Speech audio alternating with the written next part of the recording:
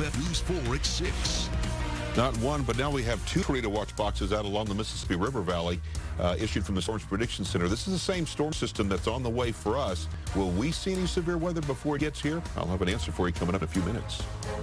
Sky 4 giving us a live look at a crash on Interstate 85 right now. An update on the construction on the nearby Gateway project as well, on one of the busiest travel days of the year. It's really horrible, and the wrecks are getting worse and worse. Deadly crash. What did you hear what the neighbors call that intersection? A death trap.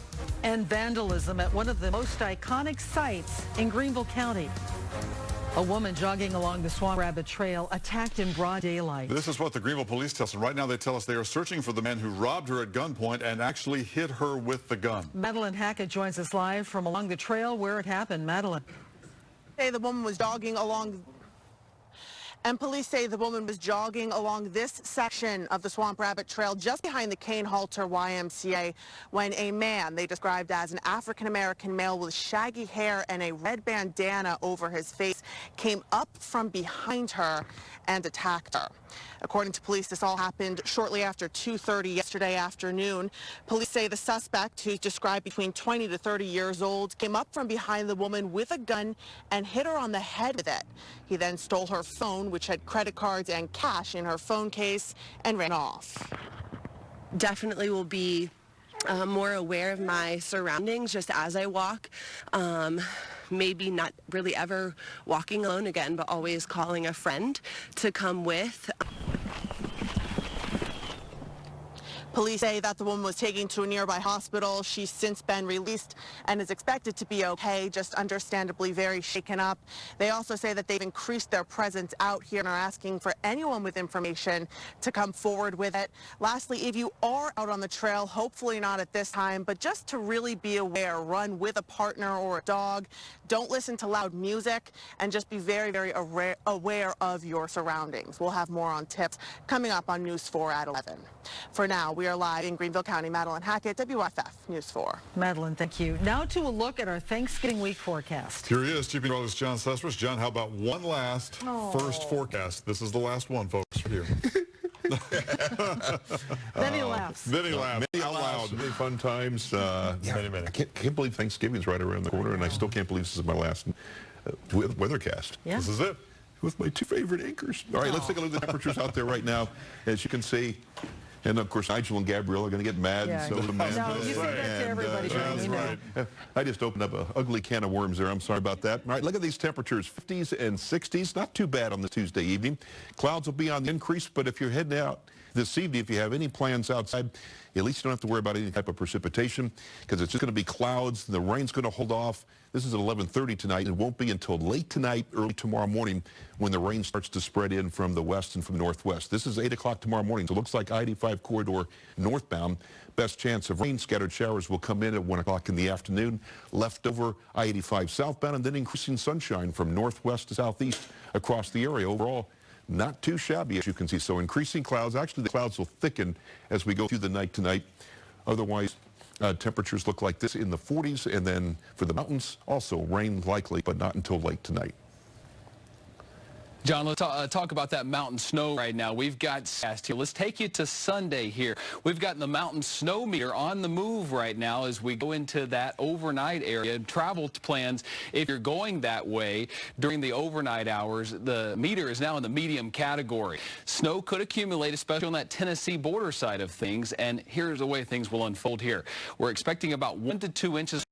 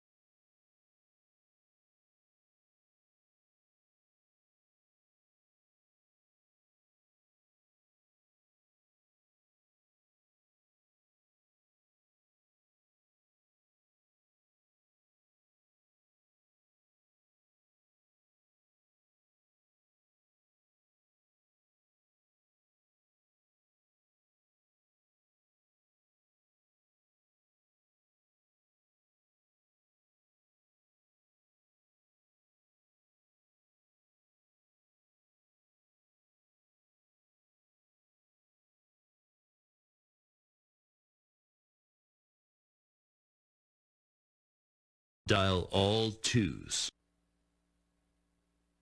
Pounds are packed with pups right now. Renee Wondlick joins us right here to explain where dogs are looking for a home this holiday season. Renee? Well, Michael Carroll, it's not clear why shelters in our area are seeing so many dogs, cats too, but what we do know is that there is a variety of different breeds, ages, and sizes of animals who would be very thankful to find a new family this holiday season. Now, free adoptions are happening at Greenville County Animal Care until the end of the month. They have a need especially to place large dogs in loving homes, or at least with a foster family for the holiday weekend. Headed over to Lawrence County Animal Shelter, they are way over capacity, they tell me. On Friday and Monday, a total of 39 dogs were seized from animal cruelty cases. So now staff are working to find safe, loving homes for these pups, and adoptions are now only $20. The shelter will be closed for Thanksgiving tomorrow, Thursday and Friday, but mark your calendars. They open back up on Saturday. And taking a look at Pickens County Animal Shelter, they are at capacity. They're hosting free adoptions for both dogs and cats.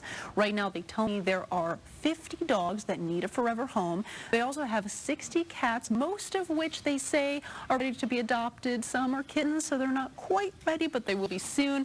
And they also have a few feral cats, they say, that could work as mousers if you have a farm. Now, if adopting an animal really just isn't in your holiday plans this year, rescue organizations still could welcome contribution.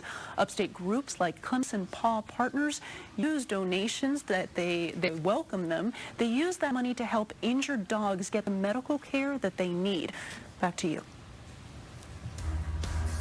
Renee, current temperatures across the area, everybody's 50s except for 60 in downtown Greenville and also in Gaffney. Let's go into Oconee County, currently 54 in Walhalla, same story in Mountain Breast. Everybody else, 55. I'll be right back. I just wanted to say what a blessing you are to me and what a blessing you are to all your viewers. And congratulations, and I love you very much, Johnny. Take care, my man. Quality roofing that lasts a lifetime.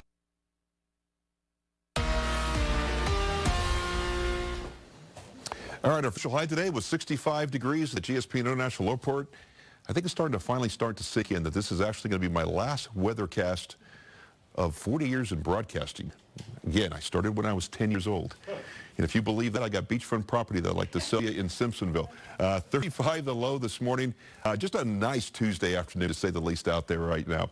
At the Asheville Regional Airport, started off just below the freezing mark this morning, warmed up to 61 degrees this afternoon. Actually, excuse me, 6 degrees above average for this time of the year. Live shot, looking at ice on Main in downtown Greenville. Everybody out there enjoying the beautiful weather out there on the ice rink. They'll be open until 8 o'clock this evening. Not too bad. 3 to 8. Monday through Thursday, I do believe. 60 right now with a few clouds in Greenville. South to southwest wind at 6 miles per hour. In Asheville, currently 56 degrees. Also, just partly cloudy skies. East to southeast wind at 6 miles per hour. And in Spartanburg, currently 54 degrees. A lot of mid to high level clouds, but don't expect any precipitation. No wind.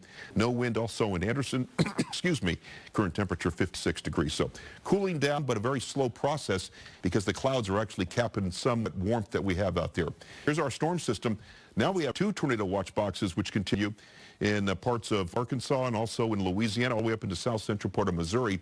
As this storm system moves into our more stable environment, just expect rain showers late tonight, early tomorrow morning, but we don't expect any thunder, no thunderstorms at all. All the severe weather will stay to our west. On the back edge of this storm system, yeah, it's in the form of some pretty good snow, and I'll show you that in just a second. Ahead of the front, 80 in Memphis, 80 in Houston, I should say, and then behind the front it drops off to 42 degrees in Kansas City.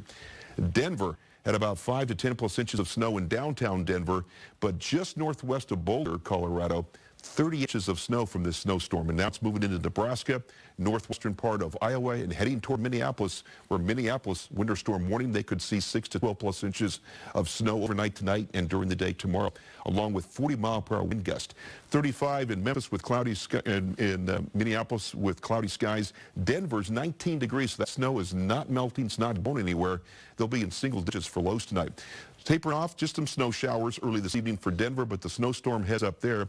We're going to see all liquid precipitation by tomorrow morning, 1 o'clock tomorrow afternoon. Maybe some showers continuing to move with the front, and then maybe some sunshine by tomorrow afternoon. 4-day plus looks like this, so rain coming in late tonight Also during the day for tomorrow, tapering off by tomorrow afternoon. Thanksgiving Day looks fantastic. High 64 degrees with bright sunshine. Again, it really doesn't matter what type of weather on Thanksgiving Day. Carol and Michael know that. It's the 3 F's. What are those, John? Family, football, and food. In that order, I guess. John, so we've said a lot over the past month and a half since you announced that you were retiring, but if anybody deserves to sit by the fireplace during a snowstorm with a hot cup of cocoa and the family around them, it's you. Because over the years, people have no idea how many times you were here sleeping in the weather office, just keeping an eye on the storm. We appreciate everything you've done. Well, we thank really you. do. I've loved working with you, Carol and Michael, over all these years. I'm really going to miss with you, but I'm not going anywhere. But you're right about the snow. Well, I think the only negative, I've had the perfect job doing. I love weather. I've known it ever since I was a little kid. I'm working for a great TV station. I work for great people here, on camera, off camera, everybody in the studio. I'll miss all you guys, but the only negative part of my job was when you were talking about the snowstorms. When my kids were little, I remember going home, taking a quick shower, and having to come back and do cut-ins to keep everybody updated on the weather. Right. And I remember my kids looking in there, you know, they would go, "Daddy, don't go. We want to play, we want to play in the snow." And that was the only thing that kind of hit me right here. But other than that, it's a perfect job, and still can't believe them. This is it. Yeah, we appreciate everything you've done. Thank you. You're a class act. Thank you, Michael. I'm going to miss you. Carol. We'll say another word at the end. We will. But right now, we will. sports after this. Live Super Doppler.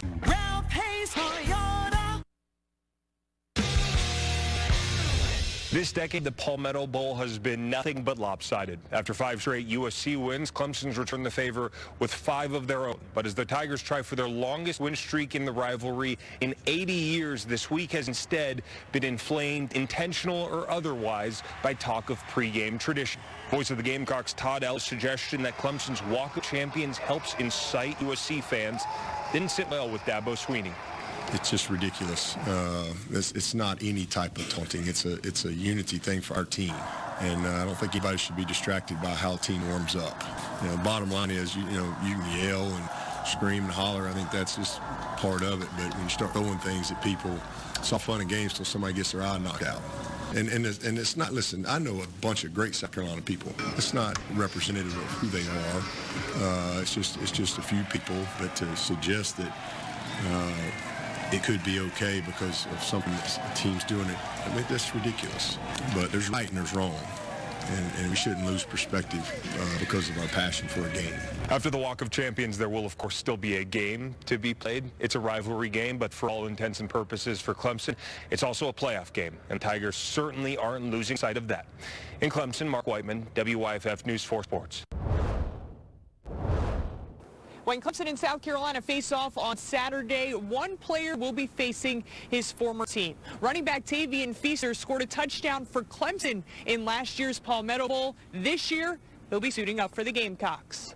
Feaster missed South Carolina's last 2 games because of a groin injury, but he's excited to return to the field Saturday for the final game of his college career. And his perspective on the rivalry has changed now, too, since he's part of a South Carolina program that has lost the last 5 games to Clemson. You're in a different position, different mindset. You now become the underdog in a game. But like I said, we're going to prepare for it, and, we're going to seize the moment. Feaster also said that while some of his teammates have a real hatred for Clemson, it's a little bit different for him since he knows these guys on a personal level. Still, he said come game time, when it's on, it's on. In Columbia, Julia Morris, WYFF, News 4 Sports. Julia and Mark, thank you very much. Now is the time for the ceremonial passing of the umbrella. Wait a minute. Also known as. I do like the beach in the background. Yeah. It's a nice little touch. I'm going to spend a lot of time there. Do you have something to do, Chris?